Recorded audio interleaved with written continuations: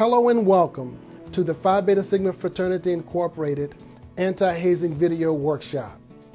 This workshop continues with our dedication to do what is right and addresses the issues of hazing in America. Hazing has reached a point where we cannot treat it as if each incident is separate. This video will act as a part of our communication effort to eradicate hazing. The culture of hazing must be dealt with through education, legislation, and more. I want to thank everyone who is a part of our coalition to eradicate hazing. Your support is needed as we continue to move forward. Hello, my name is Jonathan Mason, International First Vice President of Phi Beta Sigma Fraternity Incorporated. Today, we address a part of the educational aspect of our anti-hazing campaign. This video will serve as an educational tool for the multiple aspects of hazing. Phi Beta Sigma Fraternity has entered into an aggressive anti-hazing campaign that is focused on communication, continuing education, and compliance. We've partnered with our congressional representatives on the Hill to focus on lobbying, and we've also determined that we need to be in the media to talk to the public at large, to focus on changing the culture of hazing. But in addition to that, in the organization, we have a zero tolerance policy against hazing. But the video that you're watching today is about education. It's training video. And the goal is to help identify what hazing is, hazing's impact on our culture, hazing's impact on your chapter, potentially on your family, and potentially on your future. We want you to pay attention. We need you to stay engaged. Ask good questions. And by all means, share this information with those that you come in contact with. We thank you for showing up today. We thank you for being a part of this fraternity that we all love. And please understand as we go forward that the reason that we're doing this is because we want the tree that our founders planted in 1914 to continue to bear fruit for years to come. And if we all work together, we'll be able to pass this fraternity on to our children, our children's children, and their children. Thank you so much. God bless you. Now, legally, hazing is defined as an abusive, often humiliating form of initiation into a group. It can include any willful action taken or situation created which recklessly or intentionally endangers the mental or physical health of another. Hazing has been linked to fraternities and sororities, but it is also practiced by the military, sports teams, bands, social clubs, and many more. Hazing is a national problem. Every year since 1970, there has been at least one hazing-related death on the college campuses within America. Pledging was never designed to include hazing.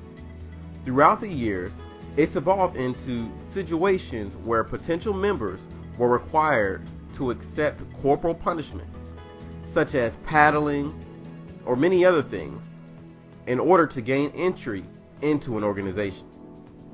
44 states in the United States have laws that prohibit hazing that were intended to reduce the number of situations that could lead to, often fatal, hazing incidents. Although all black Greek letter organizations agreed not to haze during the pledging process, some members of fraternities and sororities continue to haze underground. All organizations deem the underground process to be unacceptable and have vowed to eliminate it. Now, if pledging was meant to include hazing, you might ask what the difference between hazing and pledging is. Pledging is a ritual process for taking a non-member of an organization and bringing him or her into membership. As a ritual process, pledging involves a period of time during which an initiate goes through prescribed symbolic, effective, and informative activities that lead them toward eventual acceptance as members. Now, Greek life has a connotation with hazing because of the culture of Greek life and how Greek life culture is tied to universities and institutions such as schools. Examples of Greek culture are the common gestures, words, hand signs that are associated with these organizations. But with hazing, we have to consider personal culture, which includes a person's genealogy, education, socioeconomic status, politics, geography, size, physical ability, and sexual orientation, because all of these play a role in a person's ability to withstand hazing. Now, if hazing has such a strong grasp on the culture of our society, we have to ask, where did hazing come from? This culture is vibrant within colleges and universities and helps make college culture what it is. However, Black Greek life continues long after graduation. And this is one of the sad reasons why so many young people are willing to undergo hazing and abuse.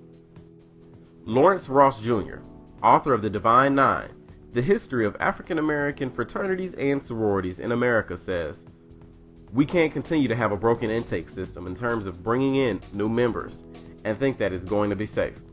We've had a myriad of different pledge processes over the last 80 years, and most of them have been predicated upon a dynamic between the members, the big brothers and big sisters, and the pledges, who are in a subservient role, and the power construct basically creates an atmosphere where abuse is going to almost always occur."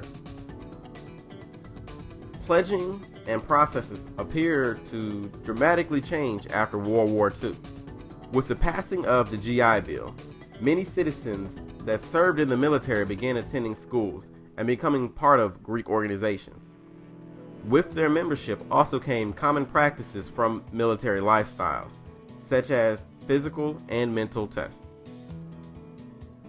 Now, mental hazing is often taken for granted or accepted as harmless or meaningless. Subtle hazing typically involves activities or attitudes that breach responsible standards of mutual respect and place potential new members on the receiving end of ridicule, embarrassment, and/or humiliation tactics. Mental hazing can be brutal and leave lasting psychological scars. Some hazing victims report that the mental hazing that they endured was worse than being physically abused. Now, physical hazing includes behaviors that have the potential to cause physical, emotional, or psychological harm.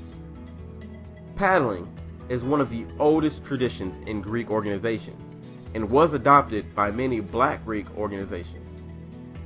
Although receiving a swift thwop to the backside with a wooden paddle may seem harmless, it is possible that this is one of the most dangerous rituals.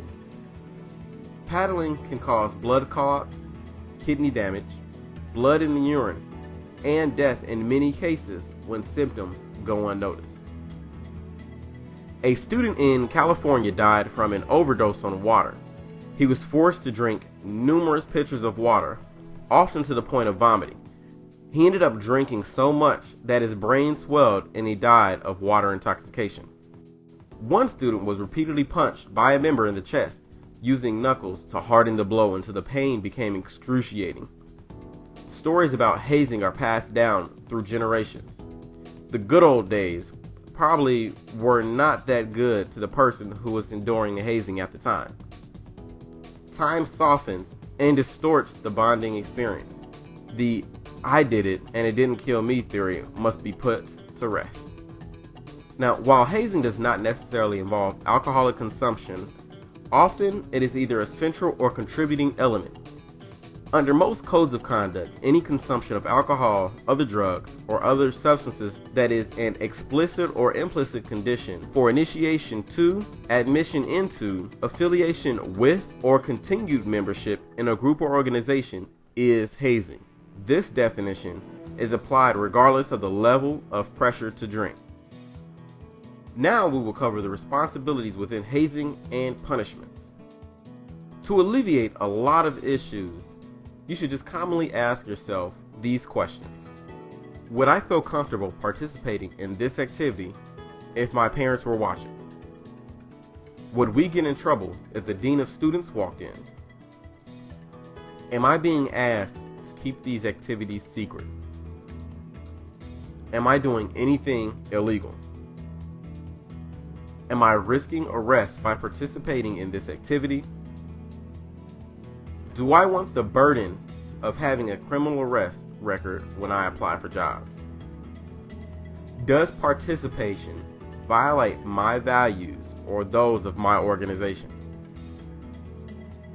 Is it causing emotional distress or stress of any kind to me or others? If someone were injured, would I feel comfortable being investigated by my school's administration or insurance carrier? If caught hazing, punishment can range from expulsion to criminal charges brought on individuals, along with chapter expulsion from organizations, legal ramifications nationally, and more. Any person present during hazing can be punished, whether participating or not. This brings us to bystander behavior. Now, bystander behavior is what people demonstrate when they watch hazing occur without intervening. It includes a conspiracy of individuals who take or remain silent in order to protect themselves. Hazing includes those that remain knowledgeable of hazing without taking action. The idea that you're in the room where hazing is going on, but you didn't participate, is not acceptable. This is one of the common myths about hazing. Here are some more.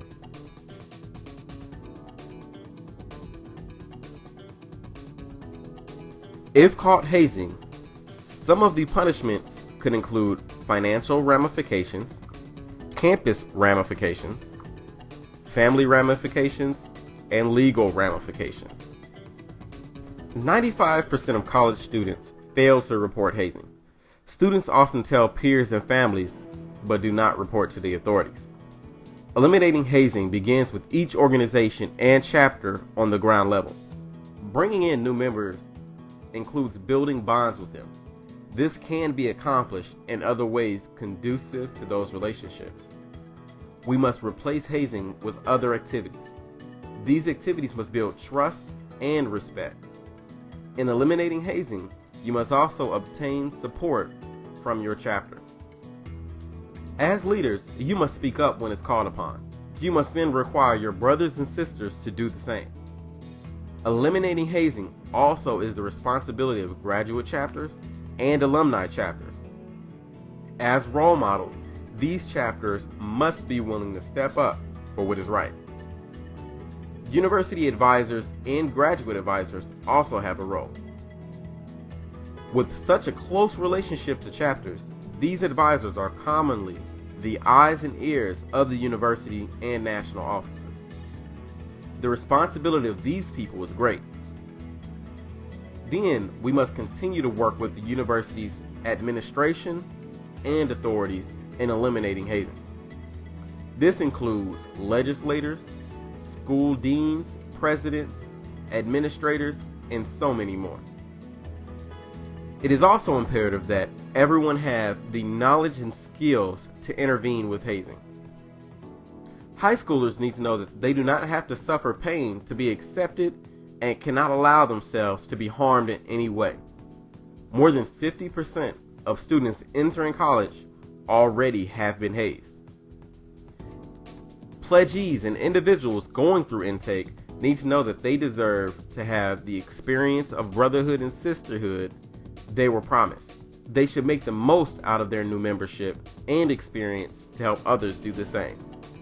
Chapter members must know that they must be the force to challenge tradition.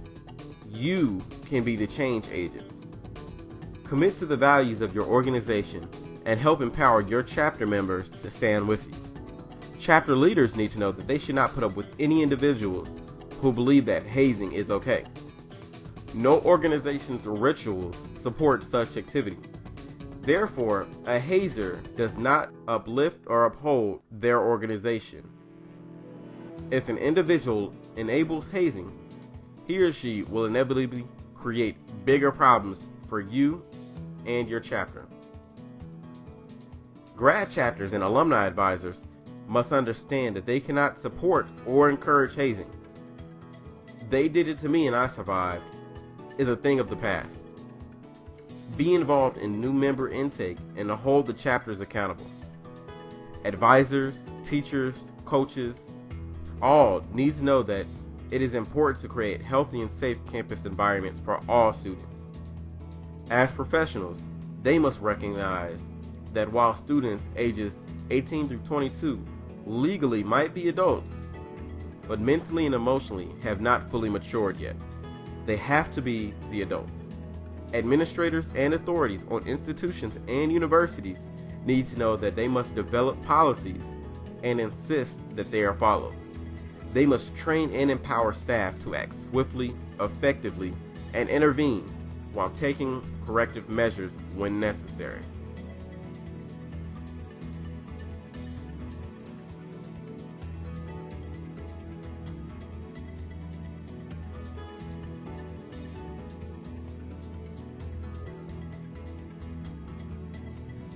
We present this and all other tools to eliminate hazing because hazing has to be stopped. This has to be the beginning of the end. As the international president of Phi Beta Sigma Fraternity, I know that hazing has no place in our society, but only we as people can break its grasp on us. Hazing has affected fraternities and sororities by distracting from our true purpose of service. An age without hazing is in front of us. That age is filled with more service and prosperity. We can overcome this issue together as a community.